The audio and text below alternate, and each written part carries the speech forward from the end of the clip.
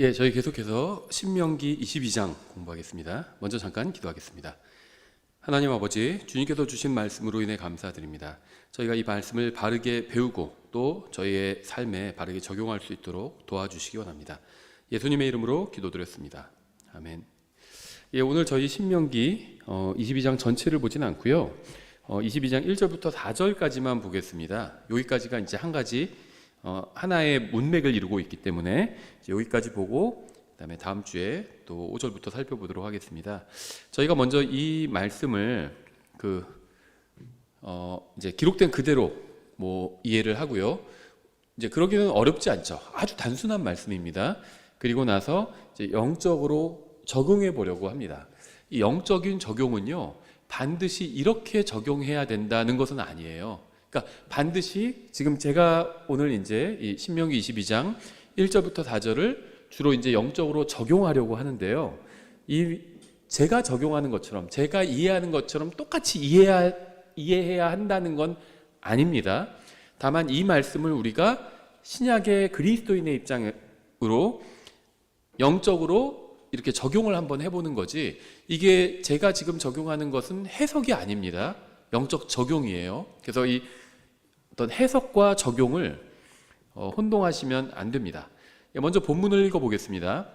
내 형제의 소나 양이 길을 잃은 것을 보거든. 이제 소와 양이 나오죠. 너는 그것들을 떠나 숨지 말고. 보니까 내 소나 양이 내가 어디 가는데 길에 저기 있어요. 풀을 뜯고 있어요. 근데 여기는 보니까는 이거는 우리 옆집 소예요. 근데 여기 그 집에서 멀어요. 여기는 내가 어떤 길을 가다가 본 겁니다. 그럴 때 그냥 모른 채 하고 지나가지 말라는 겁니다. 숨지 말라는 거예요. 이거 귀찮은 일, 나 지금 가야 되는데 바쁜데. 그런데 저 소가 있는 걸 보면 소를 또 옆집 지금 사람이 한참 찾던데 돌려줘야 되는데, 이런 마음이 들 수 있잖아요. 그런데 내가 아무리 바빠도 내 소였다면, 우리 집 소였다면 일단 바쁜 일을 미루고 그 소를 다시 집에 데려다 놨겠죠. 근데 우리 소가 아니야. 남의 소예요. 우리 옆집 소야. 그럴 때는 모르겠다. 그냥 내가 지금 바쁜데 가자. 이렇게 하지 말라는 겁니다. 이게 이제 그 기록된 그대로의 의미죠. 내 형제의 소나 양이 길을 잃은 것을 보거든 너는 그것들을 떠나 숨지 말고 어떤 경우든지 그것들을 끌어다가 내 형제에게 다시 줄 것이요, 내 형제가 내게서 가까이 있지 않거나 내가 그를 알지 못하거든. 이게 주인이 정확히 누군지 모르는 경우도 있죠. 그것을 내 집으로 끌고 와서 내 형제가 그것을 찾을 때까지 내게 두었다가 그게 그것을 되돌려 줄지니 그의 나귀도 그와 같이 하고 그의 의복도 그리하며 내 형제가 잃어버린 모든 것, 즉 그가 잃어버렸으나 내가 발견한 모든 것도 그와 같이 하고 너는 숨지 말라. 그 문제로부터 숨지 말라는 겁니다. 내 형제의 나귀나 소가 길에 넘어진 것을 보거든 너는 그것들을 떠나 숨지 말고 반드시 그를 도와 그것들을 다시 일으킬지니라. 그래서 쓰러져 있는 가축을 보면 도와서 일으키라는 거죠. 그래서 이 말씀은 형식적으로는 다른 사람의 길 잃은 가축을 발견했을 때에 관한 지침으로 보이지만 신명기에 기록된 다른 말씀이 그렇듯이 영적으로는 이 목회와 또 말씀 사역과 인생에 관한 굉장히 소중한 교훈을 제공해 줍니다. 하나님께서는 이스라엘 민족에게 굉장히 특별한 법을 주셨습니다. 이 법은 이스라엘뿐 아니라 모든 사람에게 하나님의 마음과 생각과 또 기준이 무엇인지를 알려줍니다. 인간은 굉장히 특별한 존재로 창조되었지만 죄로 인해서 많은 것을 잃어버리게 되었죠. 인간의 죄 중 적지 않은 비중을 차지하는 것이 바로 탐욕에서 비롯된 어떤 절도일 겁니다. 인간은 타락한 본성으로 인해서 다른 사람의 것을 가지고 싶어 합니다. 인간의 육신은 굉장히 이기적이기 때문에 자신의 욕망과 이익 앞에서는 다른 사람의 어떤 상실감이나 손해는 대수롭지 않게 여기는 경향이 있죠. 그래서 무엇이든 자신에게 이익이 되는 것을 자신의 소유로 만들 수 있다면 이제 그렇게 하려고 합니다. 어떤 가축이 내 소유의 땅에 들어와서 방황하고 있다 해도 그것이 내 가축이 아니라면 다른 누군가의 가축인 거죠. 소유자가 누구이든 간에 그것을 원래의 소유자에게 돌려주라는 것이 하나님의 뜻입니다. 자기가 값을 지불하고 구매하거나 누군가에게 내가 받은 것이 아니면 내 것이 아닌 거죠. 그러니까 내가 돈을 주고 사든지 아니면 누가 나한테 선물로 주든지 뭐 그러면 다 내 것인데 그게 아니에요. 그냥 내 자리에 있긴 한데 내가 돈을 주고 산 적도 없고 누군가에게 받은 적도 없는 겁니다. 그러면 그것이 아무리 내 자리에 있다 할지라도 내 것은 아닌 겁니다. 자기 것이 아닌 것을 보면 지나치지 말고 주인을 찾아주라는 겁니다. 물론 이제 이거는 신명기 22장에 기록된 율법입니다. 이스라엘의 율법이에요. 그래서 뭐 우리도 꼭 이렇게 똑같이 해야 될 필요는 없는 겁니다.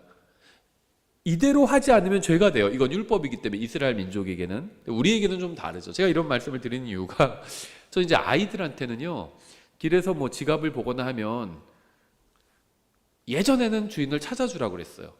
그러니까 이제 저희 아이들이 아니라 이제 더 오래 한 80년대 그때는 길에서 남의 물건을 보면 그걸 주인을 찾아주라고 배웠습니다. 학교에서도 도덕 시간에. 아니면은 주인을 알 수 없는 경우엔 파출소에 갖다 맡겨라 이렇게 배웠었는데 지금은 그게 좀 위험해요. 주인을 찾아주려고 남의 집에 길에 떨어진 지갑을 손에 드는 순간 갑자기 저기서 누가 뛰어오더니 내 지갑인데 왜 갖고 있어요? 이러더니 지갑 열어보더니 여기 나 돈 100만 원 넣어놨었는데 왜 돈이 하나도 없어요? 당신 가져갔죠? 뭐 이런 식으로 덮어씌우는 사기가 굉장히 많아요. 그래서 이제 저는 아이들한테는 길에서 지갑을 주거나 네 물건이 아니면 아예 손대지 말아라. 그냥 가라. 이렇게 가르치거든요. 근데 신명기 말씀은 좀 다르죠. 이게 이제 우리에게 그대로 법이 적용되는 건 아닙니다.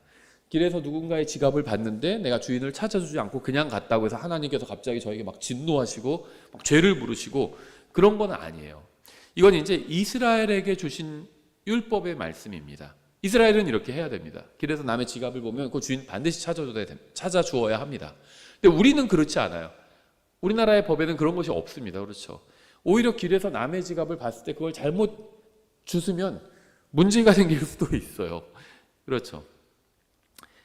그래서 우리가 이 말씀이 의미하는 건요, 제가 앞에서 언급한 것처럼 뭐 이해하기가 어렵지 않습니다. 이스라엘 민족에게 있어서 이제 사회적인 법이죠. 남의 어떤 소유물을 봤을 때는 그것을 그 사람 주인을 찾아주라는 겁니다. 근데 주인을 알 수 없는 경우에는 이제 동물 같은 경우에 보호해 주라는 거예요.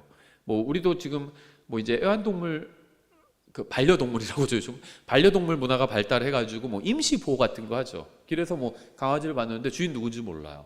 그럼 자기가 임시 보호하다가 주인 찾으면 돌려주기도 하고 그러죠. 이제 여기서 나온 것이라고 보시면 돼요. 신명기 22장의 말씀은 표면적으로는 굉장히 단순하지만 이제 핵심은 좀 더 복잡할 수 있습니다. 이 말씀은 인간의 마음을 꿰뚫고 있습니다. 하나님께서는 이 말씀을 통해서 우리에게 다른 사람의 일도 돌아봐야 한다고 말씀하는 겁니다. 이게 이제 오늘 영적 적용의 핵심 포인트입니다. 빌립보서 2장 4절에 이렇게 되어 있죠. 각 사람이 자기 일들만 돌아보지 말고 각 사람이 남의 일들도 돌아보라. 아까 제가 처음 예를 든 것처럼 내가 길을 가는데 소가 있는데 우리 집 소야. 그럼 내가 일단 일정을 좀 늦추고라도 우리 집 소를 다시 우리 집에 돌려놓고 오겠죠. 근데 보니까 우리 집 소가 아니야. 남의 소야. 옆집 소야. 그러면 내가 그냥 못 본 채 하자 하고 그냥 가버릴 수 있겠죠. 그 옆집 사람이 나중에 우리 소 없어졌는데 어떻게 하지 하는데 거기서 내가 어디서 길에서 봤는데 그럼 그 사람이 왜 안 알려줬어요 할 수도 있으니까 아예 못 본 채 할 수도 있는 거죠. 숨어버리는 겁니다. 근데 그렇게 하지 말라고 말씀하고 있는 거죠. 인간은 타락으로 인해서 술 취하게 되었고요, 살인자가 되었고요, 또 간음하게 되었고요, 또 도둑이 되었습니다. 그뿐 아니라 인간은 타락으로 인해서 다른 사람에게 무관심하게 되었어요. 그러니까 이게 이제 인간의 타락으로 인해서 인간 자신의 마음이 엉망진창이 돼버린 겁니다. 자기 마음을 자기도 알 수 없게 되어버렸어요. 죄로 인해서 막 엉망진창이 돼버렸어요. 그러다 보니까 나만 내 마음이 엉망진창이 된 것이 아니라 다른 사람도 그 사람도 마음이 엉망진창이 되어버렸습니다. 그러다 보니까는 마주치기가 싫은 거예요. 다른 사람의 그 엉망진창이 된 마음과 마주치기 싫은 겁니다. 그래서 관여하고 싶지 않은 거예요. 교회도 그런 분들 굉장히 많이 있어요. 물론 이유는 있겠죠. 어떤 교회 다니다가 상처받아가지고 뭐 그런 분들도 있어요. 그래서 우리는 뭐 그런 거 없지만은 성경이 없으니까 없지만 보통 일반 교회에서는 개신교에서는 뭐 종을 치잖아요. 땡 치고 예배 시작하고 또 예배 끝날 때 땡 치잖아요. 그래서 뭐 그런 얘기 있죠. 땡 칠 때 들어가서 땡 칠 때 나간다고. 조금만 더 있다가 괜히 예배 끝날 때도 땡 치면서 다 이제 또 기도하면서 뭐 끝나죠. 뭐 혼자 이렇게 묵상하기도 하고 반주 막 하고 그때 그냥 사람들 고개 숙이고 있을 때 나간다는 겁니다. 담임 목사님 예배 끝나고 기도하실 때 나간다는 거예요. 뭐 개신교에서 축도하죠. 그럼 축도할 때 나가버린다는 겁니다. 사람들 다 고개 숙이고 있을 때. 왜냐하면 마주치기 싫다는 거예요. 자기가 하나님도 믿고 교회에 다녀야 된다는 것도 아니까 나가긴 나가는데 헌금도 하고 할 거는 해요. 그런데 사람들과 상종하기가 싫다는 겁니다. 왜 그럴까요? 타락으로 인해서 마음이 망가졌어요. 자기도 힘들어 죽겠는데 다른 사람의 마음도 다 망가져 있어요. 그런데 그런 마음이 서로 마주치기가 싫은 겁니다. 그래서 단순히 다른 사람의 일에 참견하지 않게 된 것이 아니라 다른 사람과 소통하는 데 문제가 생긴 겁니다. 그래서 인간은 죄로 인해서 내면에도 큰 문제가 생겼지만 외부와의 소통에도 문제가 생긴 거예요. 골치 아픈 거예요. 다른 사람과 얘기하는 것도 싫고. 그래서 그냥 자기 혼자, 뭐 특히 일본 같은 경우에는 가면은 뭐 혼자 밥 먹는 코너 있다고 그러잖아요. 다 막혀 있어요, 앞이. 우리나라 치면 독서실 칸막이 같은 데서 밥 먹고 있는 겁니다. 다른 사람 보기도 싫다는 거예요. 상관하기도 싫고. 그리고 이러한 인간의 본성은 세월이 흐를수록 서로 간의 마찰로 더 강화되어서 심각한 지경에 이르게 된 겁니다. 내가 하도 그래도 서로 교제도 해야 된다고 해서 교제해보니까 더 싫어졌어. 인간 더 싫어하게 됐어. 그래서 나 교회는 다니지만 다른 사람과 교제하기 싫어. 그게 더 진행되면 어떻게 되냐면 교회도 안 나가요. 그냥 예수님이 두세 사람 있는 곳에 나도 함께 있겠다고 하셨는데 그게 교회를 의미하는 건 아니죠. 그런데 그 구절을 갖다 쓰면서 그냥 우리 집이 교회야. 그래서 자기 혼자 예배 드린다고 그러고 있는 겁니다. 자기 소나 양이나 나귀를 잃고 싶어하는 사람은 아무도 없습니다. 내 재산인데. 재산을 잃어버리거나 인생에 문제가 생기기를 원하는 사람은 아무도 없죠. 우리는 모두 인생이 아무런 문제 없이 부드럽게 흘러가기를 원합니다. 하지만 현실은 우리의 바람과는 너무나도 다릅니다. 인생에는 언제나 문제가 있습니다. 문제가 사라지고 나면 어김없이 다른 문제가 또 찾아오곤 합니다. 또한 인생의 문제는 나에게만 찾아오는 것이 아니라 다른 모든 사람에게도 찾아옵니다. 우리 집을 강타했던 문제가 다른 사람의 집도 강타합니다. 그렇게 이 세상 모든 사람은 항상 문제를 안고 살아갑니다. 하나님께서는 오직 자기만 생각하는 사람은 원하지 않으십니다. 교회 갔더니 사람들 다 골치 아프게 하고 막 너무 싫어. 그냥 나 혼자 성경 읽고 나 혼자 또 혼자 요즘은 유튜브로 골라보잖아요. 매주 다른 설교 듣는다고 하더라고요. 혼자 설교도 골라보고 제일 마음에 드는 그나마 그런 설교 골라 듣고요. 또 거기도 헌금도 해요. 송금해 주기도 하고. 그런 사람의 마음을 이해하지 못하는 건 아닌데요. 하나님께서 원하시는 사람은 아니에요. 자기만 생각하는 사람, 그런 사람은 하나님께서 원하지 않으십니다. 하나님께서도 아무런 의무가 없었지만 자원해서 타인인 우리를 위해서 자신의 생명을 내어주셨습니다. 주님께서는 우리도 다른 사람을 생각하고 배려하고 도와주기를 원하십니다. 다른 사람을 생각하고 도와주려는 마음이 있는 사람, 그런 사람을 원하세요. 새 예루살렘에 그런 사람으로 가득 채우기를 원하십니다. 자기만 생각하고 남은 돌아보지도 않고 남이야 죽든 말든 어떻게 되든 말든 그냥 나만 편하면 되고 나만 신앙생활 잘하면 되고 이런 사람은 원하지 않으신다는 겁니다. 그런 사람 구원받을 수 없다는 게 아니에요. 구원받는 거 쉽습니다. 제가 말하는 건요, 그리스도의 장성한 분량에까지 이르는 것, 정말 하나님이 기뻐하시는 사람이 되는 것에 대해서 말하는 거지 구원 얘기가 아니에요. 구원은 그냥 자기가 하나님 앞에서 죄인이라는 사실을 인정하고 예수님의 십자가 대속을 믿음으로 받아들이면 구원받을 수 있어요. 전 지금 구원 얘기하는 게 아닙니다. 주님께서는 우리도 다른 사람을 생각하고 도와주는 사람이 되기를 원하십니다. 여러분은 오늘 누구를 도와주셨나요? 누구의 문제를 해결하기 위해서 여러분의 시간을 사용하신 적이 있나요? 혹시 오직 여러분 자신만을 위해서 살지는 않으시나요? 신명기 22장의 말씀은 단순히 소나 양이나 나귀와 같은 가축에 대한 것이 아닙니다. 이 말씀은 오직 자신만 생각하는 것에서 벗어나라는 말씀이에요. 다른 사람이 도움을 필요로 하는 곳에서 자신을 숨기지 말라는 겁니다. 못 본 채 하지 말고 적극적으로 다른 사람을 도와주라는 거예요. 자기 인생만 살지 말고 다른 사람의 인생에도 들어가서 도움을 주라는 겁니다. 물론 여기서 말하는 도움은 그 사람의 잃어버린 물건을 찾아주는 일시적인 문제에 관한 것이죠. 신명기 22장의 본문은. 하지만 우리는 거기서 그치지 말고 그 사람이 영혼을 어디서 보내게 될 것인지를 도와주는 영적인 문제에 관해서도 도움을 주어야 합니다. 목회 사역은요, 말씀으로 다른 사람을 돕는 겁니다. 아무도 말씀으로 도움을 받지 못한다면 그건 목회를 하는 게 아니에요. 아무리 많은 사람들이 모여서 무슨 뭐 수십억짜리 교회 건물에서 예배를 드린다 해도 그건 목회 사역이 아닙니다.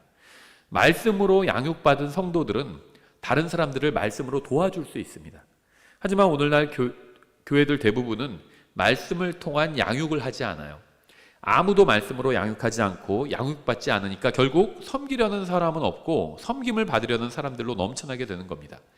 목사도 섬김만 받으려고 하고요. 성도들도 섬김만 받으려고 합니다. 그래서 수많은 기독교인들이 자기를 섬겨줄 교회만 찾아 헤매는 거예요. 여기 뭐 불평 막 불만 얘기하고 뭣도 안 하고 뭣도 안 하고, 그러니까 자기가 좀 더 편하게 할 만한 뭐가 없다는 거죠. 그리고 떠나는 겁니다. 심지어 무슨 뭐 김밥 자기 뭐 몇 줄씩 주지 왜 그거 갖고 막 그러냐고, 그런 거 갖고 떠나는 사람도 있어요. 그러니까 섬김을 받으려고 하는 거예요.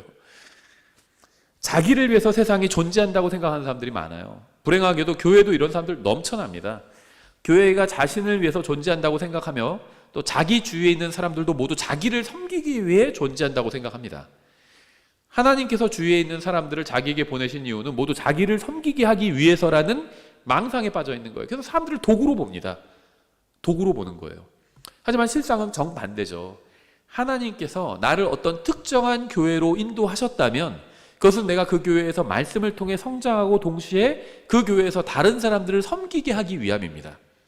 구원받은 이후에 우리가 이 세상에 그대로 남아있는 이유는 우리가 세상에서 섬김을 받게 하기 위해서가 아니라 다른 사람을 세상에서 섬기게 하기 위해서입니다. 하나님께서 내 주위에 있는 사람들을 보내주신 이유는 내가 그들로부터 섬김을 받게 하기 위함이 아니라 섬기게 하기 위함이라는 겁니다. 너는 그것들을 떠나 숨지 말고 반드시 그를 도와. 여러분 주위에 있는 모든 사람들은 다 도움이 필요합니다. 그들로부터 숨지 마십시오. 여러분 자신을 숨기지 말라는 겁니다. 사람들은 무엇인가를 상실했고 그래서 공허하게 살아갑니다. 사람들은 무엇을 찾는지도 모른 채 무엇인가를 찾고 있어요. 여러분이 구원받았다면 여러분은 그들이 찾는 것을 가지고 있는 겁니다. 여러분은 그들이 그렇게 애타게 찾는 것을 어디에서 발견할 수 있는지 알고 있어요. 여러분은 그들을 인도해서 그들을 만족시켜 줄 수 있는 분에게로 데려갈 수가 있습니다.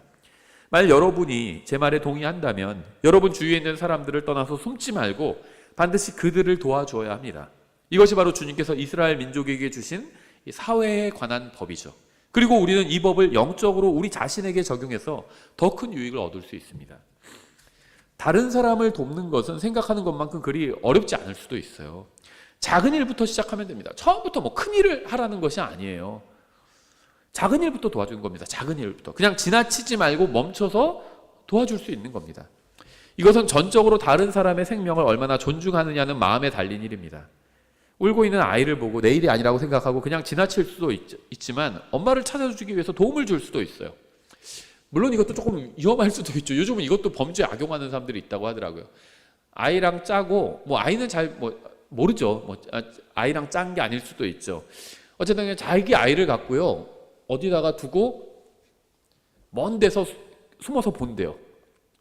그리고 누가 와서 접근을 하죠. 그래서 너 왜 여기 혼자 울고 있어? 왜 혼자 있니? 너희 엄마 어디 있니? 이러면은 먼 데서 보고 있다가 딱 나타나서 왜 우리 애를 납치하려는 거예요? 막 소리를 지르면서 법인으로 몬다고 하더라고요. 그러니까 되게 위험하죠.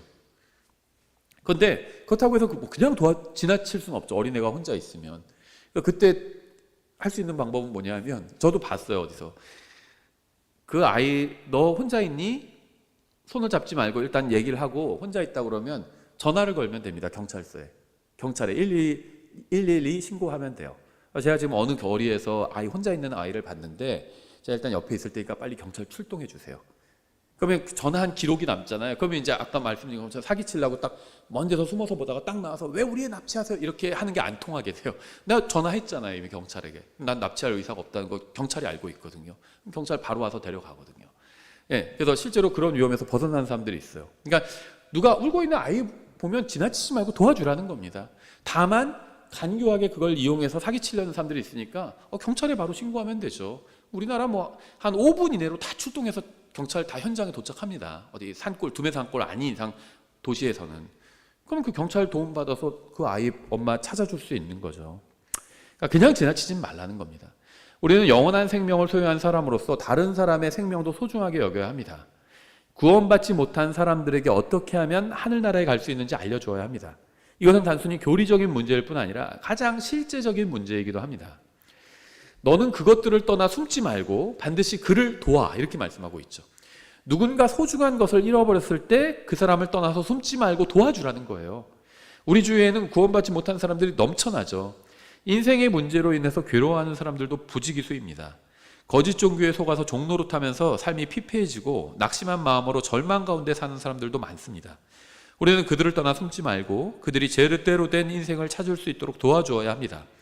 인생의 광야에서 방황하는 사람을 보거든 그를 떠나 숨지 말고 도와줘야 합니다.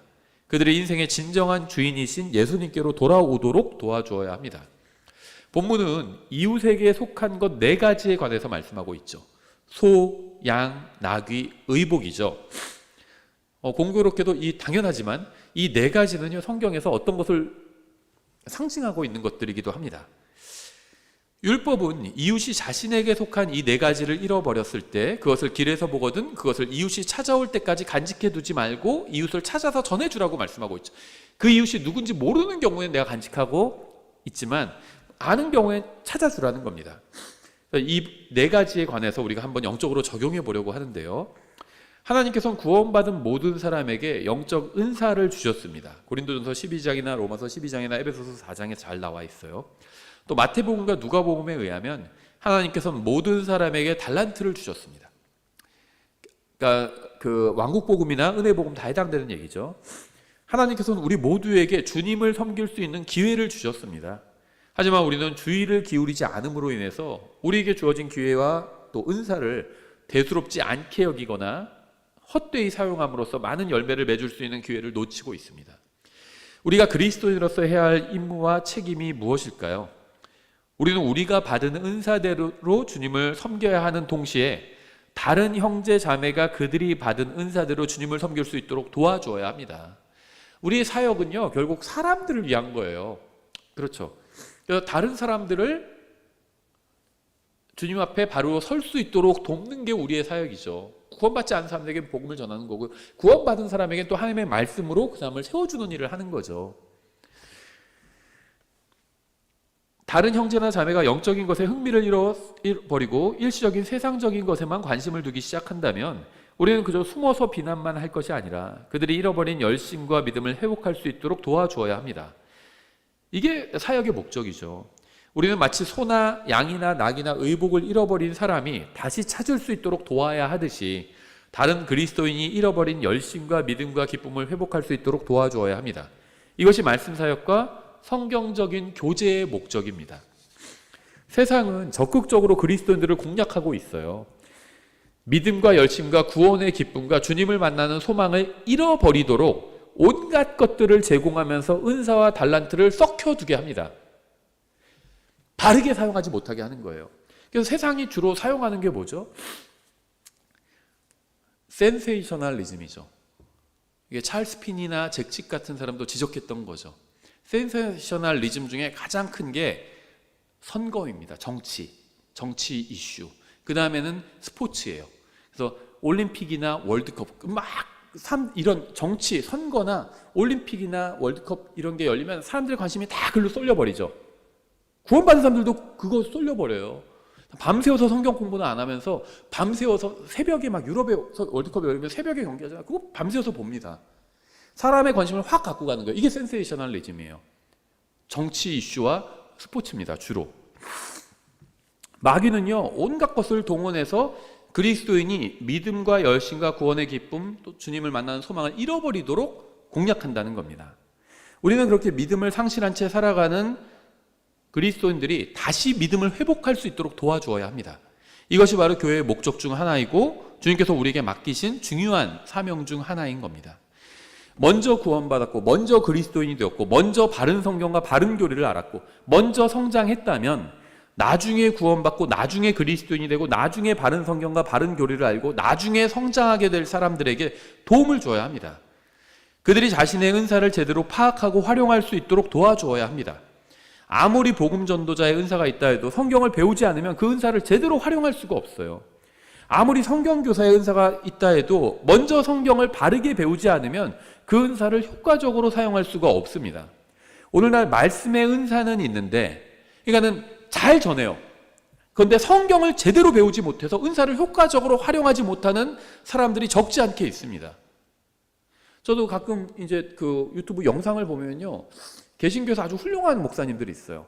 자, 뭐 이름을 말하지는 않겠지만 굉장히 훌륭합니다. 인품도 훌륭하고, 자, 저희 자매한테도 말한 적이 있어요. 킹제임스 성경 진영에서는 그 정도로 인품이 훌륭한 목사가 없다, 솔직히.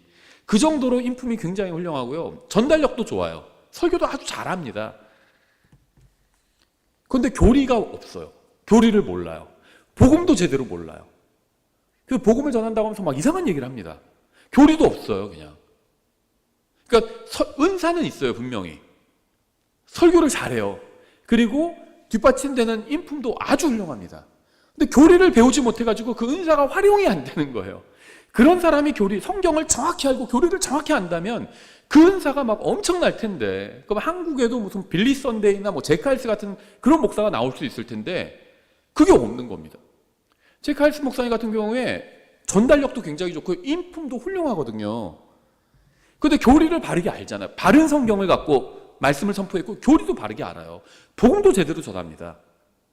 그러니까 이 사역이 엄청나게 큰 열매를 맺었었죠. 근데 우리나라에도 그만한 은사를 받은 목회자가 있어요, 개신교회에 보면. 그런데 교리를 몰라요. 그러니까 은사가 활용이 안 되는 겁니다. 그래서 먼저 구원받고 성장한 사람이 뒤따라오는 사람들을 바르게 인도해서 그들이 은사를 제대로 발휘할 수 있도록 하는 일은 정말 굉장히 중요합니다. 우리는 우리가 배운 교리와 실행과 은사를 활용할 수 있는 법을 우리만 알고 있어서는 안 돼요. 다른 사람들에게도 알려줘서 그들도 은사를 제대로 활용해서 주님과 몸된 교회를 섬기게 해야 합니다.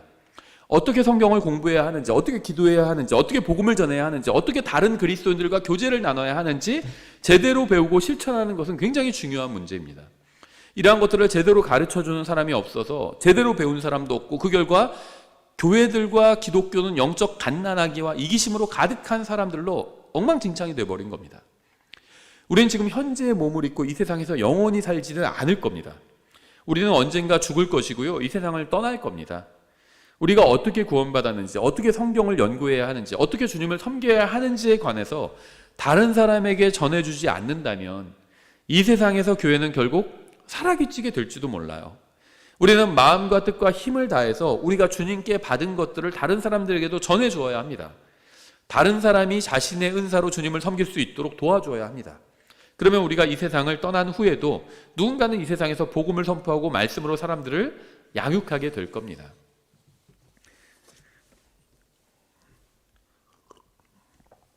다른 사람의 가축이나 의복을 그 사람이 사용할 수 있도록 찾아주어야 하듯이 우리는 다른 사람이 자신이 주님께 받은 은사를 잘 활용할 수 있도록 도와주어야 합니다.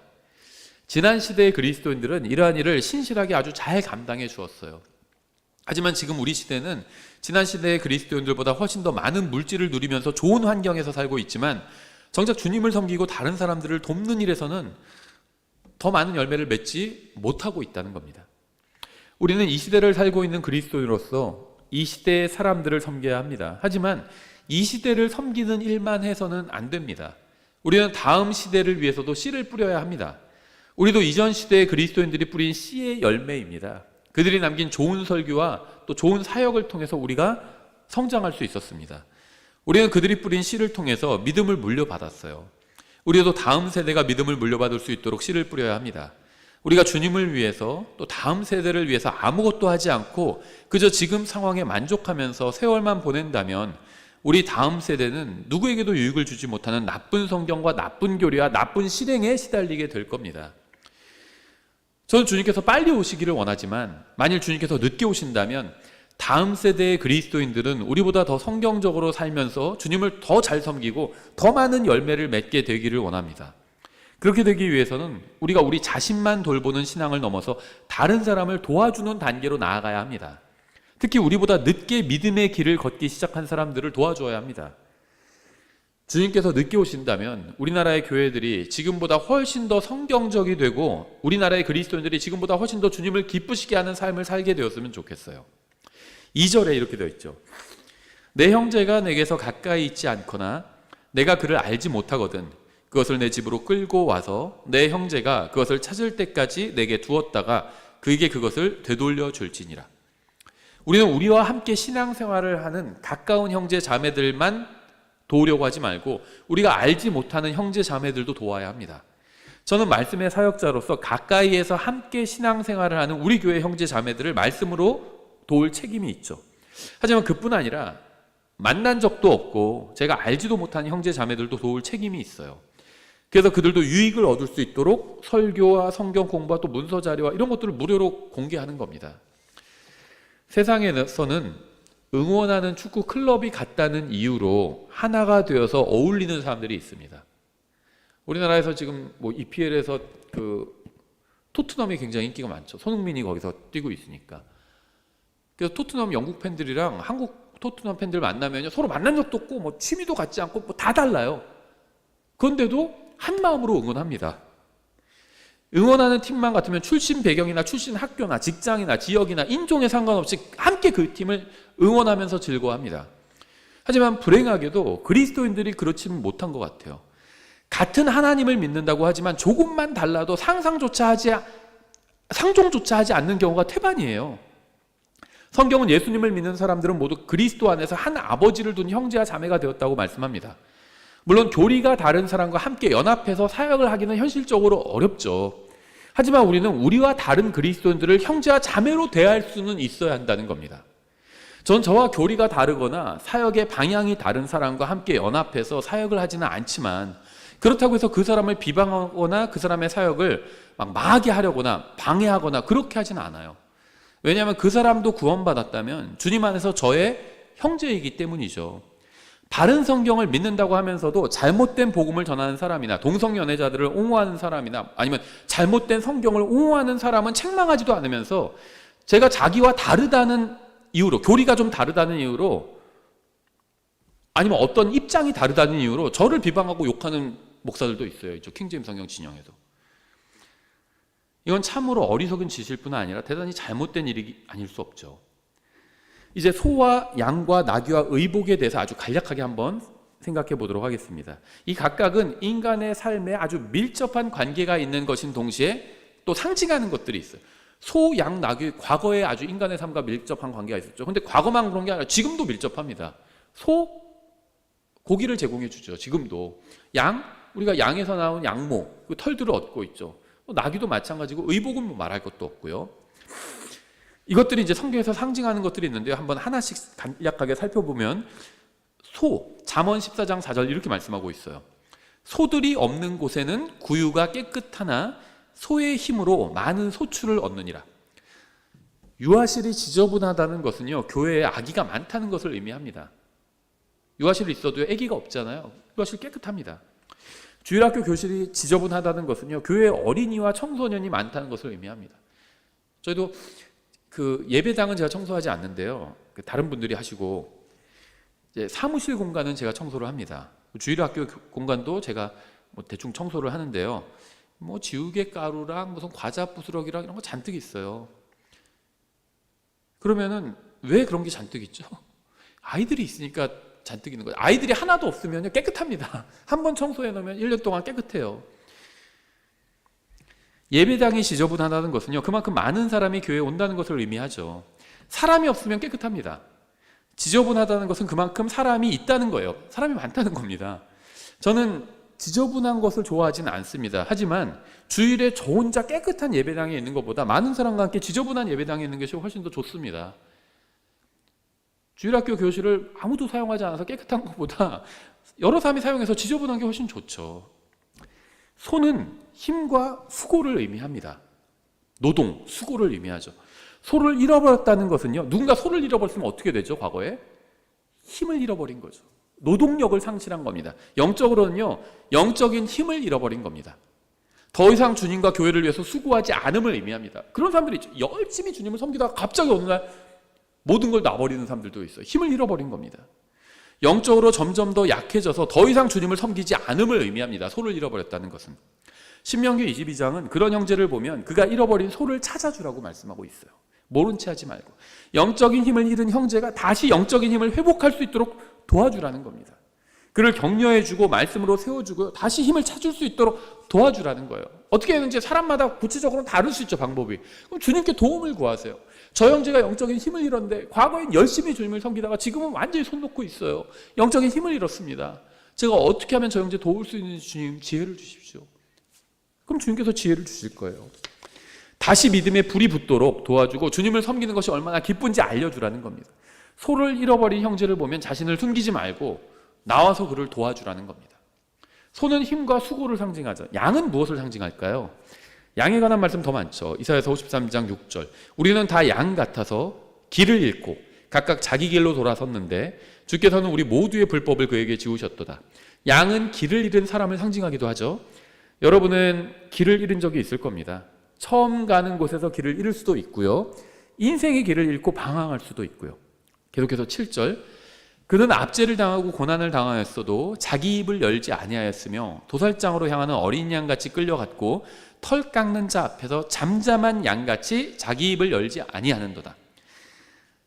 양은 고난을 당하면서도 자기 입을 열지 않는 사람을 상징합니다. 그러니까 고난을 이겨내는 어떤 믿음을 또 상징한다고 볼 수도 있겠죠. 고난은 성장할 수 있는 기회일 수도 있죠. 우리는 하나님께서 허락해 주지 않으시면 고난이 올 수 없다는 사실을 기억해야 합니다. 따라서 우리는 고난이 하나님께로부터 왔다고 말할 수도 있습니다. 우리가 하나님과 바른 관계에 있지 않을 때 우리에게서 나오는 것은 불평과 불만입니다. 우리에게서 감사가 아닌 불만이 나올 때 우리는 양처럼 길을 잃고 인생의 광야를 방황하게 됩니다. 그리고 구원받았음에도 불구하고 다시 바른 길로 돌아오는 방법을 완전히 잊어버리게 될 수도 있어요. 영적으로 보면 이런 사람이 바로 양을 잃어버린 사람과 같습니다. 그런 사람을 보면 그를 떠나서 숨지 말고 그가 잃어버린 양을 찾을 수 있게 도와주라는 겁니다. 여러분이 섬김을 받기 위해서 교회를 찾는다면 여러분은 결코 교회를 찾지 못할 겁니다. 교회는 섬김을 받는 곳이 아니라 섬기는 곳이기 때문이에요. 어떤 교회에 바른 성경과 바른 교리가 있는데 무엇인가 좀 부족하다 하면 그 교회야말로 여러분을 위한 교회입니다. 왜냐하면 여러분이 바로 그 부족한 부분을 채우며 섬길 수 있기 때문이에요. 나귀는 무엇을 상징할까요? 스가랴서 9장 9절 이렇게 되어 있습니다. 오 시온에 따라 크게 기뻐하라. 오 예루살렘에 따라 큰 소리로 외치라. 보라 내 왕이 내게 오느니라. 그는 의롭고 구원을 소유하며 겸손하여, 예수님이죠, 나귀를 타되 나귀 새끼 곧 어린 수나귀를 타느니라. 나귀는요 예수님을 태운 사람을 상징합니다. 우리가 다른 사람에게 복음을 전할 때 우리는 나귀가 되어서요 예수님을 등에 태우고 그 사람에게 다가가고 있는 겁니다. 영적으로 보면 나귀는 우리 안에서 복음을 전하고자 하는 마음이에요. 하지만 우리의 마음은 예수님을 태우지 않고 세상에서 방황할 때도 있죠. 심지어 예수님이 등에 타고 있다는 사실도 완전히 잊어버린 채 살고 있기도 합니다. 아니면 예수님을 태우지도 않고 그냥 세상을 방황하고 있기도 합니다. 우리는 예수님을 태워야 될 나귀를 잃어버린 사람들, 그러니까 어떤 전도의 열정을 잃은 사람들, 자신이 구원받았다는 사실을 잃은 사람들을 도와줘야 합니다. 그들이 잃어버린 나귀를 찾아서 그들에게 돌려보내줘야 합니다. 그래서 그들이 참된 구원자시오 왕이신 예수님을 태우고 돌아다닐 수 있게 도와줘야 합니다. 의복에 대해서 좀 살펴보면요, 이것도 성경에 많죠. 로마서 13장 14절. 오히려 너희는 주 예수 그리스도로 옷 입고 육신의 정욕을 채우기 위해 육신에게 기회를 주지 말라. 이게 무슨 말일까요? 이건 뭐 구원 받으라는 말은 아니죠. 여기서 말하는 너희는 로마 교회 성도들이죠. 또 주 예수 그리스도로 옷 입으라는 말은 구원 받으라 이 말은 아니에요. 우리는요 그리스도로 옷 입어야 합니다. 우리는 그리스도께서 하시는 것처럼 말하고 행해야 합니다. 그렇지 않으면 어떻게 돼요? 육신의 정욕을 채우기 위해서 육신에게 기회를 주게 됩니다. 그렇죠? 골로새서 3장 12절. 그러므로 너희는 하나님께서 선택하신 자요 거룩하고 사랑받는 자로서 긍휼히 여기는 심정과 친절과 겸손한 생각과 온유함과 바로 오래 참음을 잊고 누가 누구와 다툴 일이 있거든 서로 참고 서로 용서하되 그리스도께서 너희를 용서하신 것 같이 너희도 그리하며 이 모든 것 위에 사랑을 입으라. 그리스도인이 입어야 되는 의복이라는 거죠. 사랑은 완전함을 이루는 띠니라. 자켓 중에요 입고 벨티드 자켓이라고 하죠. 벨트가 있는 자켓이 있어요. 사랑이 그런 옷이라는 겁니다. 사랑을 입고 사랑이 또 띠라고 말씀하고 있잖아요. 옷을 입고 단추 채우고 벨트를 딱 매는 바이커 자켓이라고 그러는데 그런 자켓들이 그런 사랑이 그런 모습이라는 겁니다. 우리는 모든 말과 모든 행위를 하기 전에 사랑이라는 옷을 입고 말하고 행해야 합니다. 그리고 우리는 다른 형제와 자매도 사랑이라는 옷을 입고 살 수 있도록 또 도와줘야 합니다. 구원받은 사람은요, 다 그리스도의 사랑을 가지고 있어요. 로마서에서 말씀하고 있잖아요. 그리스도의 사랑이 우리 마음에 넓게 부어졌다고 말씀하고 있잖아요. 근데 그걸 잃어버린 사람이 있는 겁니다. 그럼 그걸 되찾도록 도와줘야 한다는 겁니다. 제가 소를 잃어버렸을 때, 주님을 섬기는 힘을 잃어버렸을 때 감사하게도 누군가 저를 도와서 소를 찾게 해 주었습니다. 제가 양을 잃어버렸을 때, 고난 중에도 잠잠히 고난을 받아들이는 능력을 잃어버렸을 때에도 누군가 저를 도와서 제 양을 찾아 주었습니다. 제가 나귀를 잃어버렸을 때, 예수님을 태우고 돌아다니면서 다른 사람에게 가고자 하는 마음을 상실했을 때에도요, 누군가 저를 도와주어서 제가 잃어버린 나귀를 찾아 주었습니다. 또 제가 사랑이라는 옷을 잃어버렸을 때도요, 누군가 제가 그 옷을 다시 찾을 수 있게 도와주었습니다. 누군가 소나 양이나 낙이나 의복을 잃어버린 사람을 보거든 그로부터 자신을 숨기지 마십시오. 그가 소와 양과 나귀와 의복을 찾을 수 있도록 도와주십시오. 다른 사람이 주님을 섬기는 힘과 고난을 감수하는 마음과 복음을 전하는 마음과 또 사랑의 마음을 찾을 수 있게 도와주십시오. 성령님께서 여러분에게 필요한 능력을 공급해 주시고 또 함께 일하실 겁니다. 여러분의 도움을 필요로 하는 사람은 언제나 여러분 주위에 있습니다. 여러분이 그들을 도우면 여러분이 소나 양이나 낙이나 의복을 잃어버렸을 때 그 사람들이 또 여러분을 도와서 여러분이 잃어버린 것을 찾아줄 수도 있는 겁니다. 오늘 여기까지 보겠습니다.